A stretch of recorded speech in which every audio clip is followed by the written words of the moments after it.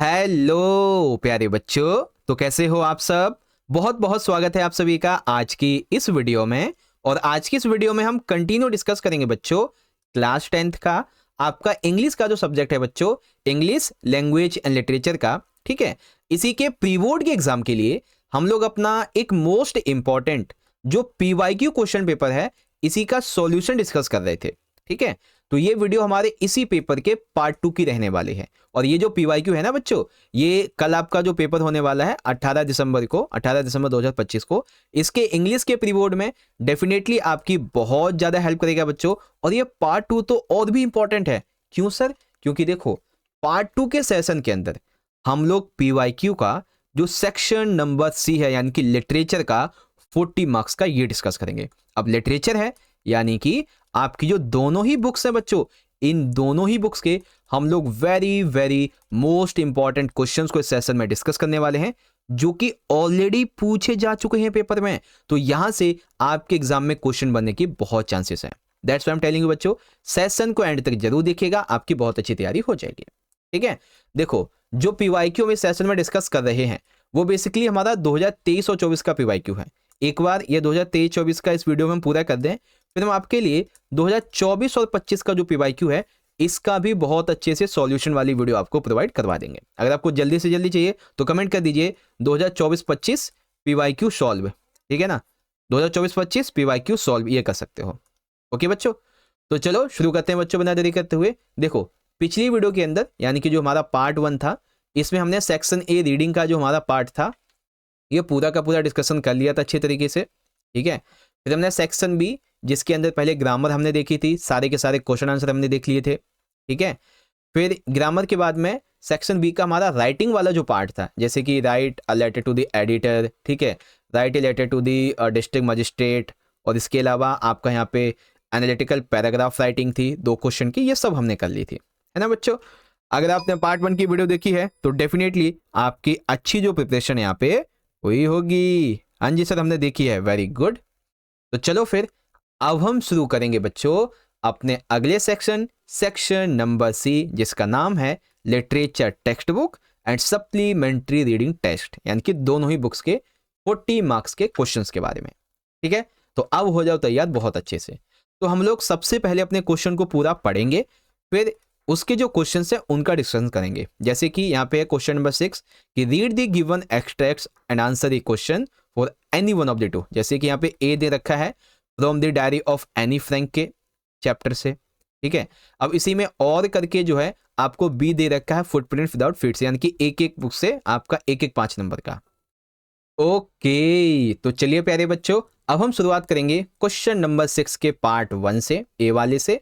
तो पहले हमें ये जो स्टैंजा दे रखा है, ठीक है, चैप्टर के हिसाब से ये हमारा पैराग्राफ बनता है, तो हम इसको अच्छे से पढ़ेंगे क्या कहा गया है, फिर हम इस चैप्टर के जितने क्वेश्चन दे रखे हैं वो देखेंगे। जैसे कि लिखा है I get along pretty well with my all teachers, मेरे टीचर्स के साथ में काफ़ी अच्छी बनती है, एनी फ्रैंक ऐसा कहती है। फिर एनी फ्रैंक कहती है there are 9 of them, total 9 teachers थे, 7 man and 2 womens, and mister Keesing the old fogey who teach math was annoyed with me for ages because I talked so much। Mister Keesing काफी old व्यक्ति जो कि हमें math पढ़ाते थे, वो मुझसे काफी अनॉयड, काफी नाराज, चिड़चिड़े रहते थे, बिकॉज ऑफ दैट मैं ज्यादा बात करती थी। आफ्टर सिविल वार्निंग्स, मुझे बहुत ज्यादा वार्निंग्स मिली, चेतावनियां मिली जब मैं नहीं मानी। Then he assigned me extra homework, और एक्स्ट्रा होमवर्क में क्या मिला, an essay on the subject a chatterbox. A chatterbox, what can you write about that. अब वो खुद एक बातूनी लड़की है, वो क्या लिखे एक बातूनी के बारे में, है ना। तो I had worry about later, और मैं काफ़ी ज़्यादा वरीड थी इसके बारे में, बट मैंने डिसाइड किया कि मैं इस लेटर को लिखूंगी। तो मैंने उसका टाइटल अपनी नोटबुक में लिख लिया और बस चुप रहने की कोशिश करने लगी।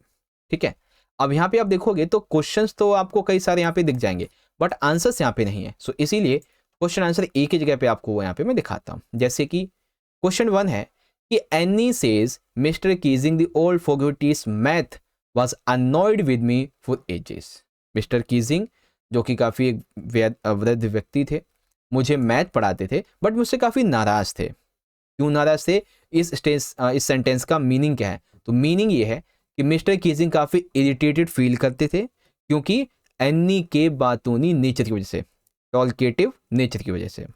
Second question, based on the extract describe why was Mister Keesing annoyed with Annie and how did he punish her. ठीक है, यानी कि वो क्यों नाराज थे उससे, एनी से, और क्यों पनिश किया, क्यों नहीं बल्कि कैसे किया। तो बेसिकली नाराज क्यों थे, बातों नहीं होने की वजह से, और कैसे पनिश किया, तो असाइन हर एक्स्ट्रा होमवर्क, उसे एक एक्स्ट्रा होमवर्क दिया। एंड क्या होमवर्क था, N essay on the topic a chatter box, जो कि खुद थी, अपने बारे में एक तरीके से लिखना था उसको। ठीक है, अब देखो यहाँ पे आता है थर्ड वाला, provide a line phrase from the extract that justifies why the following statement is false. आपको एक एक्सट्रैक्ट या एक लाइन बतानी है जिसकी वजह से ये गलत हो, क्या कि all the 9 teachers who thought Annie liked her. तो इसके लिए आपको एक रॉन्ग लाइन यहाँ पे बतानी है। तो रॉन्ग लाइन होगी कि mister Keesing the old for teach math was annoyed with me for ages. Answer ये होगा आपका। ठीक है, question number 4, mention one word that can correctly replaced jotted in the below sentence from the extract. क्या, I jotted down the title in my notebook, tucked in my bag and try to keep quiet. तो jotted की जगह क्या आना चाहिए, तो jotted की जगह आ सकता है रोट आ सकता है, नोटेड डाउन आ सकता है, या फिर इससे रिलेटेड कोई अगर वर्ड होगा तो आपको मार्क्स मिल जाएगा। ठीक है ना, तो इस तरीके से आपका ये रहेगा। चलो जी, अब पहला वाला तो हमारा ये पूरा हो गया है ना। अब बात करते हैं सेकंड वाले की। अब सेकंड वाला जो है ना, ये आपकी जो सेकंड बुक है फुटप्रिंट्स विदाउट फीट, उसी से लिया गया, और चैप्टर भी वही है, 5वां चैप्टर आई थिंक। ठीक है, फुटप्रिंट्स विदाउट फीट। अब इसको पढ़ते हैं और इसमें क्या क्या कहा गया इसको देख लेते हैं एक बार, है ना। चलो देखो क्या लिखा है बच्चों, satisfied that her guest was an eccentric scientist, and in view of the fact that he had paid her in advance, Miss Hall was prepared to excuse his strange habits and irritable temper. Shrimati hall को इस बात का यकीन हो गया कि उनका मेहमान एक काफ़ी सनकी टाइप का वैज्ञानिक है, जो उसने उन्हें अग्रिम भुगतान कर दिया है, इसीलिए अब वो उसकी अजीब आदतों चिड़चिड़े स्वभाव को माफ़ करने के लिए ठीक है तैयार थी, पैसा मिल चुका था। But the stolen money did not last long, लेकिन चोरी किया हुआ पैसा ज़्यादा दिन नहीं चलता है। And presently Griffin had to admit that he had no more ready cash. ठीक है, चोरी का पैसा ज़्यादा दिन तक नहीं चलता, और जल्दी ही ग्रिफिन को ये स्वीकार करना पड़ा कि उसके पास में और ज़्यादा पैसा कैश में नहीं है। He pretended, however, that he was expecting a check to arrive at any moment. ठीक है, हालांकि उसने बहाना बनाया कि अब किसी भी टाइम ना मेरा चेक आने वाला होगा तो आपको पैसा मिल जाएगा, ऐसा करके। ओके, तो अब देखो यहाँ पे पहला क्वेश्चन क्या कहता है, which of these best describe Miss Hall feelings in the starting of the extract. तो एक्सट्रैक्ट में मिस हॉल की फीलिंग्स क्या हैं, that is she was perplexed about the guest. ठीक है, वो मेहमान को लेकर काफ़ी असमंजस में थी, है ना। दैट्स वाई यहाँ पे ये करेक्ट आंसर हो जाएगा। चलो सेकंड क्वेश्चन देखो बच्चों, state one observation about miss hall that you inferred from the above extract. तो इस एक्सट्रैक्ट से आपको जो मिस हॉल हैं इनके बारे में आखिर क्या आप इससे अवलोकन निकालते हैं, यानी कि क्या पता चलता है। तो हम ये कह सकते हैं कि मिस हॉल इज़ टॉलरेंट और अकोमोडेटिंग। ठीक है, वो काफ़ी दयालु मिलनसार महिला थी। सी इज़ प्रैक्टिकल और बिजनेस माइंडेड, वो व्यवहारिक थी और व्यावसायिक सोच रखने वाली थी। सी इज़ फ्लेक्सिबल एंड अडेप्टेबल, वो काफ़ी अनुकूलनीय थी, हर चीज़ को अडेप्ट कर लेती थी, है ना, इस तरीके से। Third question, how did Griffin made Miss Hall feel that he would continue to pay the rent, answer in 40 words. तो 40 वर्ड्स में आंसर आप सिंपल से ऐसे लिख सकते हो बच्चों कि ग्रिफिन ने श्रीमती हॉल को ऐसा क्या विश्वास दिलाया कि वो किराया देना जारी रखेगा। तो अभी हमने देखा था कि ग्रिफिन एश्योर, पहले तो एश्योर करता है कैसे, he would continue to pay rent, he was expecting cheque soon. तो आपको सिंपल से लास्ट वाली जो लाइन थी ना, पूरी की पूरी लाइन वो आपको लिख देनी है, पूरे 2 नंबर पक्के। फिर आता है चौथा क्वेश्चन। अब चौथे में है बच्चों कि which of the following words mean the same as eccentric in the line below. ठीक है, तो यहाँ पे जो इसेंट्रिक है बच्चों, इसके लिए कौन सा एकदम समानार्थी शब्द होगा, क्या, satisfied that her guest was an eccentric scientist. तो इसेंट्रिक के लिए हमारा एक समान शब्द क्या होगा जिसका मतलब ही यही हो, ठीक है, तो वो कौन सा होगा बच्चों, that is weird, weird. It is correct because eccentric implies oddness and unconventional behavior, that's why weird is the right answer for this, ठीक है, तो ऑप्शन सी हमारा करेक्ट हो जाएगा। तो इस तरीके से बच्चों हमारा क्वेश्चन 6 का ये सेकंड वाला पार्ट जो है ये भी हमने पूरा कर लिया है, एंड आशा करता हूं कि आपको यहां तक समझ में आया होगा। अब आ जाओ क्वेश्चन नंबर 7 के अंदर, जिसमें बेसिकली हमसे आपकी जो पोएम है इससे क्वेश्चन पूछे गए। लाइक आपकी पहली पोएम है यहाँ पे a tiger in the zoo, तो यहाँ पे क्या लिखा है इसको भी हम लोग एक बार देख लेते हैं, फिर आगे देखेंगे। जैसे कि he stalks in his vivid stripes, वो अपनी चमकीली धारियों में अपने the few steps of his cage, पिंजरे के कुछ कदम धीरे धीरे चलता है। On pads of velvet quiet in his quiet rage, वो मखमली पंजों पर शांत भाव से उसके शांत क्रोध को दिखलाता है। क्वेश्चंस क्या है और आंसर्स क्या है, तो क्वेश्चन है बच्चों ये रहे आपके 4 क्वेश्चन, ये 1 नंबर का है, ये 2 नंबर का है, ये 1 नंबर का है, और ये रहा 1 नंबर का, है ना। तो आपको मैं ये सारे क्वेश्चन आंसर यहाँ पे दिखाता हूँ अच्छे से, देखो ये रहे। तो सबसे पहला क्वेश्चन ये था बच्चों कि fill in the blank to complete the sentence, ठीक है, आपको ब्लैंक जो है ना यहाँ पे फिल करना होगा सेंटेंस को भरने के लिए। क्या हमारा ब्लैंक है, the speaker describes the tiger's rage a quiet rage to show, ठीक है, यानी कि जो स्पीकर है वो कहता है कि बाघ के क्रोध को शांत क्रोध के रूप में वर्णित करता है, तो इसको दिखाने का क्या मतलब है यहाँ पे, ठीक है, तो इसको दिखाने का मतलब है सरप्राइज्ड या फिर रिस्ट्रेंड, या फिर इसमें से एक आधा और भी आप चाहो तो लिख सकते हो, ठीक है, in the limited space of the cage, ठीक है, सरप्राइज या फिर रिस्ट्रेंड, ठीक है। Second question, why the tiger steps are describe as few, ठीक है, टाइगर के जो स्टेप्स है उनको कम क्यों बताया गया है, because of that the tiger's steps are few, he is in a small cage, वो एक बहुत ही छोटे पिंजरे में है, and highlight the limited space in cage can not move much, जो कि दर्शाता है चीज को कि उसके पास में स्पेस कम है और वो ज्यादा मूव नहीं कर सकता है, ठीक है। फिर तीसरा वाला कि which of these explains the meaning of his talks in his vivid strips, तो लिखेंगे आंसर इस तरीके से। देखो आपके एमसीक्यूज है ना, तो एमसीक्यूज में हमारा जो आंसर है वो ये है, पहले तो इसका मतलब समझो, इनमें से कौन सा कथन इस चीज को दर्शाता है, किसको, कि वह अपनी चमकीली धारियों में चलता है, तो ये दर्शाता है बच्चों इसको कि the tiger is walking up and down and has strips, ठीक है, बाघ इधर उधर चल रहा है और उस पर उसकी धारियां, इस तरीके से ऑप्शन बी सही होगा, ठीक है। अब आता है 1 नंबर का हमारा क्वेश्चन नंबर 4, इसमें कहा गया है what does the poet mean by pads of velvet quiets, ठीक है, यहाँ पे जो कवि है वो ऐसा क्यों कहता है बच्चों, मखमली शांति के ढेले, इनसे क्या मतलब है, तो इसका मतलब ये है the phrase pads of velvet quiet describe the tiger soft silent steps, tiger के सॉफ्ट एंड साइलेंट जो कदम है, कोमल और शांत कदम, इनको यहाँ पे दर्शाया गया है पैड्स ऑफ वेलवेट क्वाइट को, ठीक है। तो इस तरीके से आपकी जो फर्स्ट पोएम है टाइगर इन द जू, इसके क्वेश्चंस यहाँ पे कंप्लीट हो गए। अब आती है सेकंड वाली पोएम जो कि है द वॉल पोएम, है ना, द वॉल पोएम। आ जाओ इसके क्वेश्चन देख लेते हैं, पहले इसे पढ़ते हैं। And no one buys a ball back, money is external, और कोई गेंद को वापस नहीं खरीदता है, पैसा बाहरी चीज है। He is learning well behind his desperate eyes, वो अपनी हताश आंखों के पीछे उस हुए हानि को देखता है, ठीक है। The epistemology of loss, how to stand up, ठीक है, वो उस लॉस को देखता है, सीख रहा होता है कि कैसे खड़ा होना है।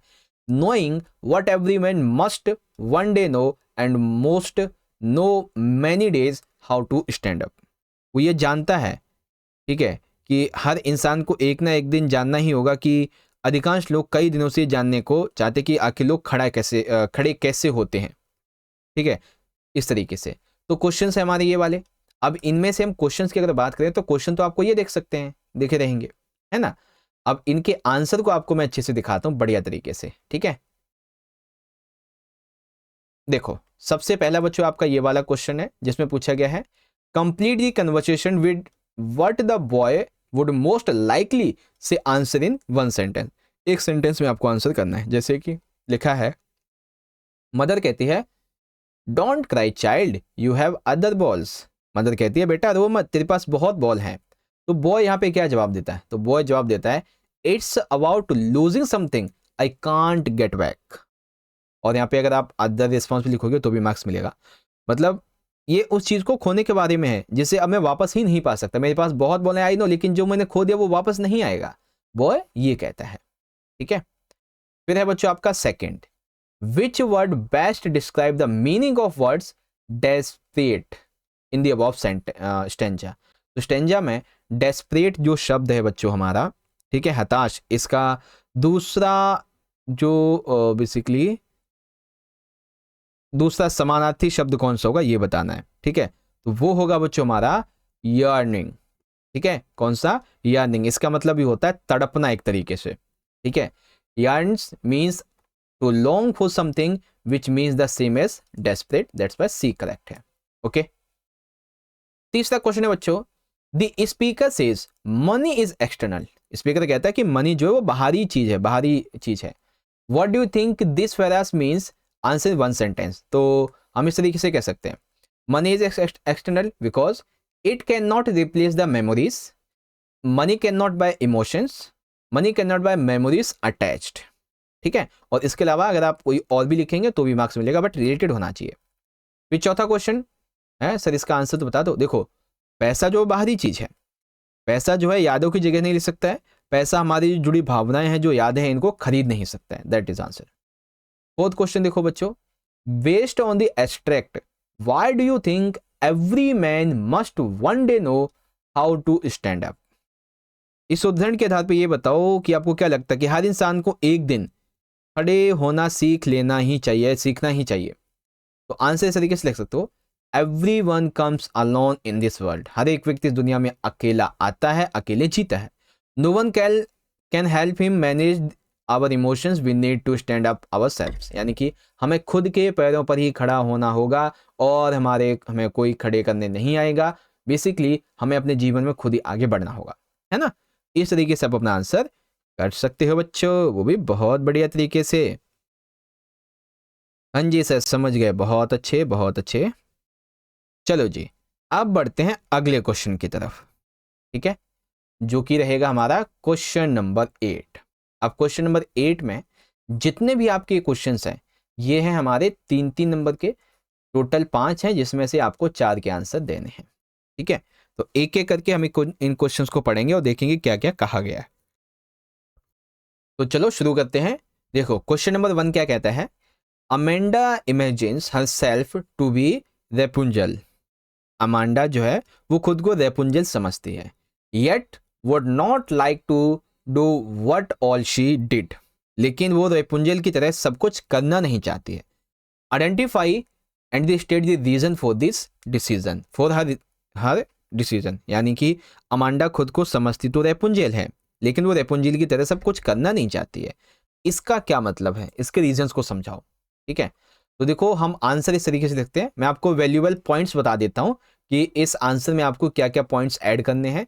आपको आंसर पॉइंट्स में नहीं लिखना है, आपको पूरा का पूरा पैराग्राफ में लिख के आना। जैसे कि हम ये लिख सकते हैं, क्या लिख सकते हैं कि Amanda imagines herself to Rapunzel yet not like to what all she did, identify the state reason for her decision. तो इस तरीके से Amanda feels she will never let down her hair from the tower. Amanda को लगता है कि वो tower से अपने बाल कभी नीचे नहीं लटकाएगी। Amanda wants to Rapunzel to live a peaceful life in a tower. Amanda Rapunzel बनना तो चाहती है, लेकिन कैसे? एक पीसफुल लाइफ जीते हुए। Where no one gives any instruction, जहां पे उसे कोई इंस्ट्रक्शन ना दे। She does not have to any do work, वो कोई और काम नहीं करना पड़े उसे।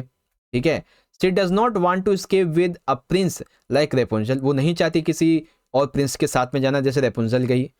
ठीक है, और यहाँ पे एक आधा पॉइंट अगर और भी आप रिलेटेड लिखोगे तो भी आंसर मिल जाएगा, मार्क्स मिल जाएगा बेसिकली। ठीक है, अब देखो यहाँ पे अगला क्वेश्चन है हमारा सेकंड। ठीक है, वैसे 11 लिखा हुआ है, वो 2 है। ये वाला क्वेश्चन है हमारा कि क्वेश्चन ही है, grieving and limitation can not avoid death and decay in this world. शोक और विलाप करने से इस संसार में मृत्यु से बचा नहीं जा सकता है। What did the Buddha say in डिसरिगार्ड्स। तो बुद्ध जी यहाँ पे क्या कहते हैं, ठीक है, द sermon at बनारस। तो आओ बच्चों देखते हैं। देखो आंसर इस तरीके से लिख सकते हैं। सबसे पहला, when Kiza Gautami requested to Buddha to cure her son, he did not give her a lecture, tell her that what she was doing was wrong। ठीक है, जब कोई महिला, ठीक है, जब किसी गौतमी ने बुद्ध से अपने बेटे को जीवन देने, ठीक करने का अनुरोध किया, तो उन्होंने ना उसे उपदेश दिया और ना ही उसे बताया कि वो जो कर रही है वो गलत है। ठीक है, he instead asked her to collect mustard seeds from a house that had not experienced death। देखो यहाँ तक समझो। इसके बजाय बुद्ध जी ने उससे कहा, एक ऐसे घर से सरसों के बीज इकट्ठा करने को कहा जहां किसी की मृत्यु ना हुई हो। He presented her with a task that required her to reflect and learn about the universal nature of suffering। ठीक है, उन्होंने ऐसा काम उसे इसलिए दिया था ताकि उसे पता चले कि ये जो मृत्यु है वो सार्वभौमिक है, पूरी दुनिया इससे परेशान है। परेशान इन द सेंस कि ये प्रकृति का नियम है ना। Buddha's method of teaching can be understood as one where he engage his student in a journey of self discovery rather than directly providing them with an answer to a question। वो basically क्या करते हैं, एक तरीका अपनाते हैं उन्हें शिक्षा देने का, चाहे वो कोई भी हो, उनके पास में कोई भी आता हो, कोई स्टूडेंट हो, एक क्वेश्चन का आंसर देते हैं, सीधा डायरेक्ट आंसर नहीं देते। बेसिकली वो क्या करते हैं, उन्हें एक टास्क देते हैं, उसे पूरा करना होता है। इस तरीके से ये कहा गया है ना। तो ये चीज़ें बच्चों की, डेथ तो जरूरी है ना, डेथ तो परमानेंटली है कि जो इस धरती पर आया वो जाएगा जरूर, है ना, कुछ इस तरीके से। अब देखो तीसरा क्वेश्चन क्या है। तीसरे क्वेश्चन में कहा गया है, the poem fog is a short poem but has a deep meaning attached to it. Fog poem काफी छोटी है लेकिन इसमें मीनिंग बहुत बड़े बड़े हैं। तो आपको इसी को यहाँ पे अच्छे से समझाना है। तो आओ बच्चों समझते हैं। देखो यहाँ पे ना एक सिंपल सा कॉन्सेप्ट आप ये कह सकते हो, the poem fog is short and conscious which helps contribute to overall meaning of them. ये जो पोएम है बच्चों हमारी, ये बेसिकली काफ़ी छोटी जरूर है लेकिन इसके अंदर अर्थ बहुत सारे हैं। जैसे कि एक अर्थ ये देख सकते हो, the short and precious nature of the poem creates a clear and focused message.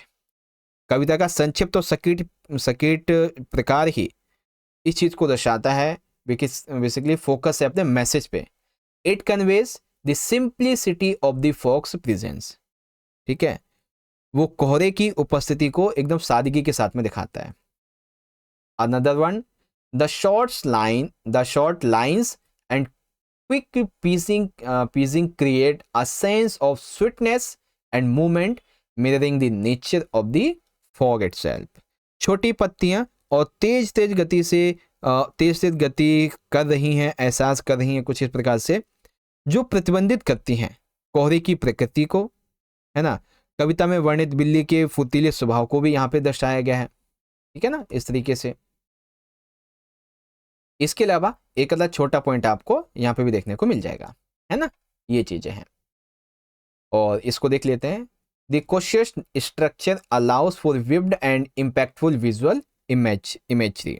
संक्षिप्त रचना जो यानी कि छोटी जो कविता है ना, इसीलिए काफी प्रभावशाली भी है क्योंकि कल्पनाओं को जन्म देती है ना। जैसे कि यहाँ पे कहा गया कि looking over harbour and city, है ना, इसका मतलब है बंदरगाह और शहर को देखा जा रहा है। ऑन साइलेंट हॉन्चेस यानी कि शांत मुद्रा में बैठकर या शांत मुद्रा में बैठा है, इस तरीके से ये चीजें हैं।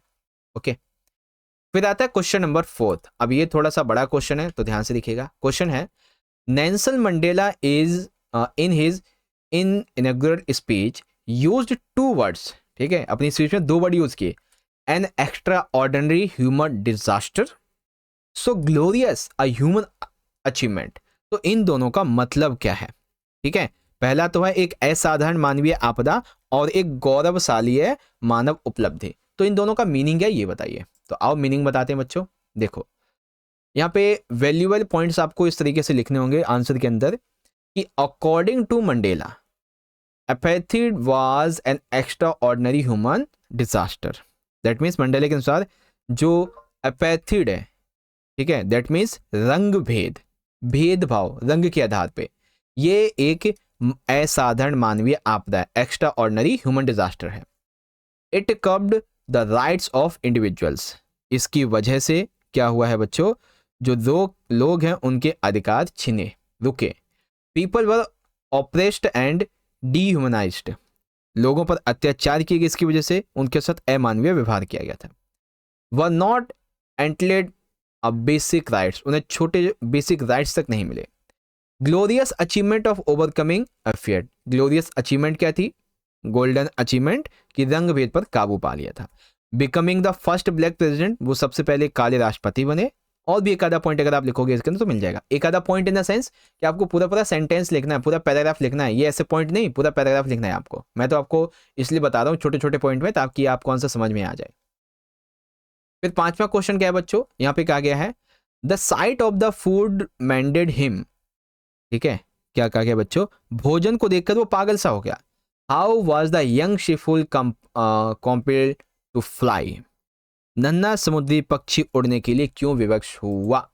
तो बच्चों देखो आंसर ऐसे लिखेंगे, in the story his first flight the seagull was afraid to fly until his intense hunger made him forget his fear. ठीक है, ये एक कड़वी सच्चाई है कि इस कहानी में जब उसने पहली उड़ान भरी तो दरअसल समुद्री पक्षी काफी डरा हुआ था, है ना, लेकिन उसकी तीव्र भूख ने उसके इस डर को खत्म किया। और यहाँ पे छोटे छोटे वैल्यूएबल पॉइंट्स और हैं, जैसे कि यहाँ पे सबसे पहला पॉइंट है the young seagull was desperate for food as he had not eaten since the previous night. ठीक है, जो सीगल था वो खाने के लिए काफी बेताब हो रहा था क्योंकि उसने पिछली रात कुछ खाया नहीं था। He observed his family members flying and catching fish and enjoying their food, उसने देखा कि उसके जो परिवार के सदस्य हैं, ठीक है, वो सभी उड़ रहे हैं, मछली पकड़ रहे हैं और खाने का आनंद ले रहे हैं। The sight of his siblings and parents successfully feeding themselves intensifies his hunger. ठीक है, दैट मीन्स जब उसने देखा कि उसके भाई बहन, उसके माता पिता सफलतापूर्वक खाना खा रहे हैं, तब उसकी भूख और ज्यादा बढ़ गई। एज इज इंगर डिपन्स, जैसे उसकी भूख और गहरी हो रही थी, बढ़ रही थी, his fear of flying becoming secondary to his overpowering desire to find food. अब इसकी जो उड़ान को लेकर डर था वो सेकेंडरी इसका स्केयर बनने लगा, फर्स्ट पे आ गया इसका हंगर। ठीक है, this is why when his mother offers him a piece of fish he musters the courage to jump off the cliff and dive at the food and thus take his first flight। जैसे उसकी भूख बढ़ रही थी, उड़ने का उसका डर अब दूसरे नंबर पे आ गया था, भूख का सबसे पहले पे। यही कारण है कि जब उसकी माँ एक मछली का टुकड़ा उसे देती है तो वो चट्टान से कूदने और खाने पर गोता लगाने की हिम्मत से जुड़ जाता है और इस तरीके से वो अपनी पहली उड़ान भरता है। ठीक है, अगर यहाँ पे कोई और भी थोड़ा सा एक आधा पॉइंट आप लिखोगे इससे भी मिलता जुलता तो भी नंबर मिल जाएगा। ठीक है, ओके, तो चलिए अब हम शुरुआत करते हैं बच्चों क्वेश्चन नंबर 9 को। ठीक है, जिसके अंदर बेसिकली हमें 3 में से किन्हीं 2 क्वेश्चन का आंसर देना है। ये 3-3 नंबर के हमारे क्वेश्चन हैं। लाइक सबसे पहला क्वेश्चन है, in what ways does think tank misinterpret innocent nursery rhymes as a threat to the Martians. Think tank किस प्रकार मासूम बच्चों की कविताओं को मंगल ग्रहवासियों के लिए खतरे के रूप में गलत तरीके से पेश करता है। ठीक है, तो आपको इसे अच्छे से एक्सप्लेन करना है, तो आओ एक्सप्लेन करेंगे। ठीक है, ये हमारा क्वेश्चन हो गया। आंसर देखो बच्चों, इस तरीके से आपका यहाँ पे आंसर हो सकता है। कैसे, देखो सबसे पहले यहाँ पे पॉइंट नंबर 1 पढ़ो। यहाँ पे कहा गया है the Martians misinterpret Earth's book especially the nursery rhymes. ठीक है, मंगल ग्रह वाले पृथ्वी की किताबों खास करके नर्सरी राइम्स को गलत समझते हैं। ठीक है, और this creates satirical commentary on cultural misunderstandings and the danger of jumping to conclusions. That means कि यह सांस्कृतिक गलत फहमियों और बिना सोचे समझे नतीजे पर पहुंचने के खतरे पर एक व्यंग्यात्मक टिप्पणी है। सेकेंड, इन द एंड, और आखिर में, it was a simple book of nursery rhymes that become the value to save the earth from the invasion by an alien military force creating an ironic and satirical twist of the story. ठीक है, आखिर में ये nursery rhymes एक साधारण किताब थी जो पृथ्वी को एक एलियन सैन्य बल के हमले से बचाने का जरिया थी, जिसे कहानी में एक विडंबनापूर्ण और व्यंग्य की तरह यूज किया गया या मोड़ आया एक तरीके से। ठीक है, think tank intelligence is described in exaggerate terms as the most powerful and intelligent creature in the whole universe। ठीक है, थिंक टैंक की बुद्धिमत्ता को बढ़ा चढ़ा के पूरे ब्रह्मांड का सबसे शक्तिशाली बुद्धिमानी प्राणी बताया गया। He is even described as having a large balloon brain। ठीक है, उसे एक बड़े गुब्बारे जैसे दिमाग वाला भी बताया गया। This is an example of stare and mockery and think tank is known to show to be more pompous than intelligent। ठीक है, ये व्यंग्य और मजाक का एक उदाहरण है क्योंकि थिंक टैंक को बुद्धिमान से ज्यादा घमंडी दिखाया गया है ना। इस तरीके से आपका ये कॉन्सेप्ट हो जाएगा यहाँ पे। ओके, तो चलिए अब देखो इसी का सेकंड वाला जो क्वेश्चन है, वैसे मार्किंग स्कीम ये रही और ये आपका पेपर हो गया है ना, तो हम यहीं पे पढ़ लेते हैं इसको। क्या लिखा हुआ है? Mister Loisel was a caring, accommodating and helpful husband who tried to please his ambitious wife within his limited means। That means कि मिस्टर लाइसोल एक देखभाल करने वाले मिलनसार मददगार पति थे जिन्होंने अपने कम साधन होते हुए भी, सीमित लिमिटेड रिसोर्सेस होते हुए भी, अपनी महत्वाकांक्षी जो पत्नी थी उसके एम्बिशंस को पूरा करने की कोशिश की, खुश करने की कोशिश की। अब यहाँ पे कुछ पॉइंट्स आ सकते हैं, जैसे कि mister Loisel deeply loved Matilda, वो अपनी वाइफ मटिल्डा से काफ़ी प्रेम करते थे। Matilda's desire for a social status and material possessions lead to her own downfall. Matilda की सामाजिक स्थिति और भौतिक चीज़ों की इच्छा नहीं उसका पतन का कारण बना, मतलब वो उसके पतन के कारण बने। And he try to keep her content and satisfied throughout। Had Matilda simply been grateful and content with all that she she could have create a lot of pain। ठीक है, मटिल्डा की सामाजिक स्थिति भौतिक चीजों की इच्छा ही उसका पतन का कारण बनी। ठीक है, और वो पूरे समय खुश और संतुष्ट रहने की कोशिश करती। अगर मटिल्डा उन सभी चीजों से आभारी संतुष्टि हो जाती जो उसके पास थी, तो वो अपने पेन से बच सकती थी। The twist at the end of the story, कहानी के अंत में आता है ट्विस्ट। ठीक है, अब कहानी के अंत में क्या ट्विस्ट आता है भाई? ठीक है, तो ट्विस्ट क्या था देखो बड़े ध्यान से। Which revealed the true value of the necklace. ठीक है, जिसने नेकलेस की ट्रू वैल्यू को दर्शाया। Emphasizes the emptiness that lies in the pursuit of material wealth. कहानी के अंत में ऐसा मोड़ आया जिसने हार की असली कीमत का खुलासा किया।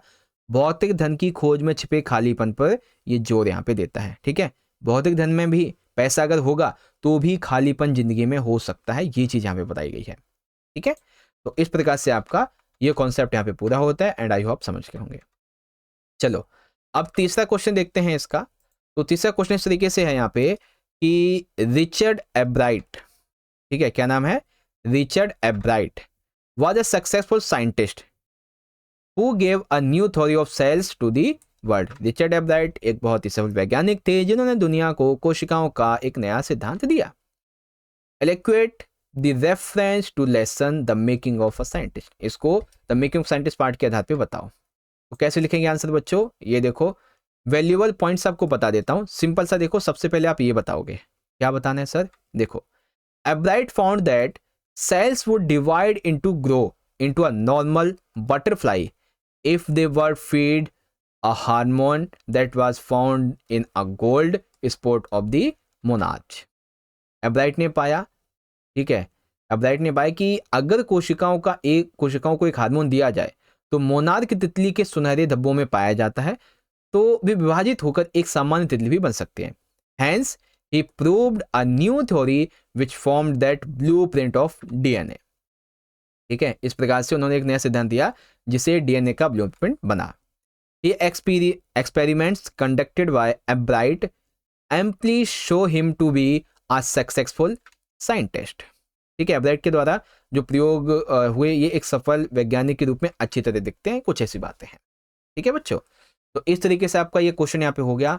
तो आई होप क्वेश्चन नंबर 9 तक आपको समझ में आ गया होगा। एक बार आप सारे बच्चे जो भी इस वीडियो को देख रहे हो ना, एक बार कमेंट में मुझे बताओ कि आपको सारे क्वेश्चन समझ में आ रहे हैं। अगर हाँ तो सारे बच्चे जल्दी से लिख दो कि यस सर जी, हमें आप जो क्वेश्चन समझा रहे हो अच्छे से समझ में आ रहे हैं सारी चीजों के बारे में। ठीक है, फटाफट से कमेंट कर दो बच्चों, देखते हैं कितने बच्चों को समझ में आ गया है। ठीक है, चलो जी, अब आता है क्वेश्चन नंबर 10th। अब ये एक चीज आपको मैं बताऊं, क्वेश्चन नंबर 10th का चाहे पार्ट ए हो चाहे पार्ट बी हो, क्वेश्चन नंबर 11th का चाहे पार्ट ए हो चाहे पार्ट बी हो, ये चारों क्वेश्चन ही, ठीक है, चारों क्वेश्चन ही आपके लिए बहुत इंपॉर्टेंट हैं। और इन क्वेश्चन को देखने के बाद में आपको ये लगेगा कि आपको चैप्टर की नॉलेज होनी चाहिए, तब आप क्वेश्चन का आंसर लिख पाओगे। जैसे कि क्वेश्चन नंबर 10th पढ़ते हैं हम यहाँ पे, जो कि आपकी फर्स्ट बुक से ही है। लिखा हुआ है, you have been asked to prepare a speech on the topic parents are ultimate role models for children. है ना, आपको एक स्पीच लिखने को बोला गया। टॉपिक पेरेंट्स जो हैं वो एक बहुत ही अहम रोल प्ले करते हैं, एक मॉडल होते हैं अपने चिल्ड्रन की लाइफ का। Prepare a draft for the speech in not more than 120 words with reference this text his first flight and Amanda. तो इन दोनों चैप्टर का आपको रिलेशन लेते हुए एक स्पीच तैयार करनी है ना। तो आओ हम स्पीच तैयार करते हैं अच्छे से। तो देखो, वैसे तो अगर आप मार्किंग स्कीम देखोगे, ठीक है, तो मार्किंग स्कीम के अंदर आपके कंटेंट, एक्सप्रेशन, एक्यूरेसी ये सब दे रखा है ना। अब इसी को यहाँ पे आपको मैं थोड़ा सा ना लिख के बताता हूँ। जैसे कि कोई भी स्पीच जब आप स्टेज पे जाते हो तो स्टार्टिंग कैसे करते हो, स्टार्टिंग ऐसे करते हो ना, गुड मॉर्निंग एवरीवन, सभी को सुप्रभात। Today I would like to talk to you about how parents are a role model for their children. या फिर आप ऐसे कह सकते हो, good morning everyone, I hope all you are well and today I am, जो भी आपका नाम है, going to discuss about the topic of how parents are a role model for their children. ठीक है, अब जैसे आप स्पीच लिखोगे तो उसके अंदर अमेंडा से आप ये सेंटेंस लिख सकते हो, she was fed up of the constant nagging of her mother. ठीक है, वो अपनी माँ की लगातार डांट फटकार से काफी ज्यादा तंग आ गई थी। ठीक है, wanted to become an orphan, अनाथ बनना चाहती थी। ठीक है, wanted to be alone without any prince, वो बिना किसी राजकुमार के अकेले भी रहना चाहती थी। वहीं फर्स्ट फ्लाइट की हम बात करें तो parents specially mother help overcome the fear and help the little seagull fly. ठीक है, माता पिता खासकर माँ ने डर को दूर करने में उसकी मदद की, सीगल को उड़ने में उसकी मदद की और भूख को मोटिवेटर के रूप में इस्तेमाल किया। है ना, भूख को मोटिवेटर के रूप में इस्तेमाल किया। तो आप ये मानो कि अमेंडा और फर्स्ट फ्लाइट, इन दोनों को मिला के ना, आप इन सेंटेंस को मिला मिला के आप इजीली, ज़्यादा नहीं तो मान के चलो आपका आंसर शीट का जो फ्रंट पेज होता है, ठीक है, फ्रंट पेज इतना तो कम से कम आपको लिखना ही है। फ्रंट पेज तो कम से कम आपको भरना ही भरना है ना, यहाँ से इतना तो भरना ही भरना होगा। अब इन सभी को आप अच्छे से पढ़ोगे ना तो इजीली आप रीड कर पाओगे, अच्छे से लिख पाओगे। ठीक है, नेक्स्ट जो पेपर होगा ना बच्चों 2023, ये तो 23 का है ना, जो नेक्स्ट पेपर होगा हमारा 24 और 25 वाला, 2024-25 का PYQ, उसके अंदर आपको ये जो स्पीच मैंने यहाँ पे बताई है ना, अलग से मैं एक क्वेश्चन यही वाला अच्छे से समझा दूंगा। ठीक है, अभी के लिए बस इतना समझो कि आपको ना कुछ इस तरीके से लिखना है। ओके, अब वहीं एक और क्वेश्चन है इसी तरीके का, जैसे कि पूछा गया है कि imagine that Lencho from a letter to God meet the pilot from the black aeroplane. ठीक है, लेंचो लेटर फ्रॉम गॉड से, ओके, और जो वो पायलट से मिलता है, किसके पायलट से, जो द ब्लैक एरोप्लेन का पायलट है उससे। है ना, तो क्वेश्चन क्या है, they discussed about how God या फिर super power helped them in their difficult situation and led their way when all other hopes were lost. दोनों ही डिस्कस करते हैं कि किस प्रकार से प्रभु ने या किसी पावर ने उनकी मदद की जब सारी की सारी आशाएं टूट चुकी थी। Create this conversation in not more than 120 words. तो आपको एक कन्वर्सेशन बनानी है। तो कन्वर्सेशन देखो बिल्कुल हम कुछ इस तरीके से बना सकते हैं बच्चों। कन्वर्सेशन जो है हमारी, उससे हम कुछ इस तरीके से बना सकते हैं। कैसे, देखो, लाइक हम ये कह सकते हैं लेंचो जो है वो ये कहता है कि will talk about the hailstorm, the trust the God the trust he had on God, how God help him in the form of post master. ठीक है, आप ये कह सकते हो कि लेंचो जो है वो ओलावृष्टि के बारे में बात करता है कि उससे भगवान पे भरोसा था कि, और साथ ही साथ पोस्ट मास्टर की भगवान ने मदद की, कैसे मदद की। तो वो जो इंसिडेंस है वो आप यहाँ पे क्रिएट कर सकते हो अच्छे तरीके से, है ना, ये चीज़।